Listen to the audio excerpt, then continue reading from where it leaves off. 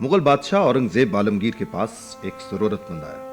कहने लगा, ऐ शहनशाह आलमगीर, मैं नहायत गरीब इंसान हूं। मुझे अपनी 2 जवां साल बेटियों की शादी करनी है, आप मेरी मदद फरमाएं। शहनशाह हिंद ने जवाब दिया, अच्छा तुम कल आना, हमसे जो हो सकेगा तुम्हारी मदद करेंगे। जरूरतमंद चला गया। उसी शहनशाह औरंगजेब ने अपना लिबास बदला और भेस बदल कर निकल खड़े हुए। रास्ते में देखा कि एक मुसाफिर सामान के लिए खड़ा है और किसी मेहनत कश के इंतजार में है। शहनशाह हिंद एक मेहनत कश के भेस में थे। उन्होंने आगे बढ़कर मुसाफिर का सामान अपने सर और पीठ पर लाद लिया और जहां मुसाफिर ने कहा वहां पहुंचा दिया। मजदूरी 2 पैसे मिली। औरंगजेब आलमगीर महल आए, नहायत इत्मीनान से सो गए। सुबह हुई, हाजतमंद पहुंच गया। शहनशाह ने फरमाया, ये लो, मेरी मेहनत की कमाई है, कतई हलाल, ये 2 पैसे हैं, अल्लाह तुम्हारा मददगार हो। वो हाजतमंद तो बड़ा हैरान परेशान हुआ। 2 पैसे? इन 2 पैसों से 2 बेटियों की शादी भला कैसे करूंगा? मायूस होकर चला गया। अब सुनो फिर क्या हुआ।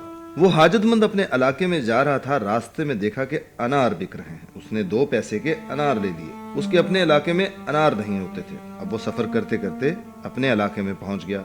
दूर एक इलाके में एक रईस रहता था, उसकी बेटी बीमार थी। सारे इलाज नाकाम हुए। आखिर एक हकीम साहब ने फरमाया, इस मरीजा को अब अनार के रस की जरूरत है, उससे आराम आएगा। तो वहां तो अनार थे नहीं। रईस ने मनादी करा दी, जो अनार जल्द फराहम करेगा उसे इनाम इकराम से नवाजा जाएगा। ये बात उस हाजतमंद तक भी पहुंची जिसने शहनशाह औरंगजेब की हलाल की कमाई के 2 पैसे के अनार खरीदे थे। वो अनार फौरन हाथ में हिफाजत से लिए रईस के घर पहुंच गया। अनार पेश कर दिए। जनाब हकीम साहब ने रस निकाला और रईस जादी को पिला दिया। अल्लाह की शान, अनार का रस तरियाक साबित हुआ। वो अच्छी हो गई। रईस ने अनार लाने वाले से कहा, बोलो क्या मांगते हो? हाजतमंद ने अपनी 2 बेटियों की शादी का जिक्र किया।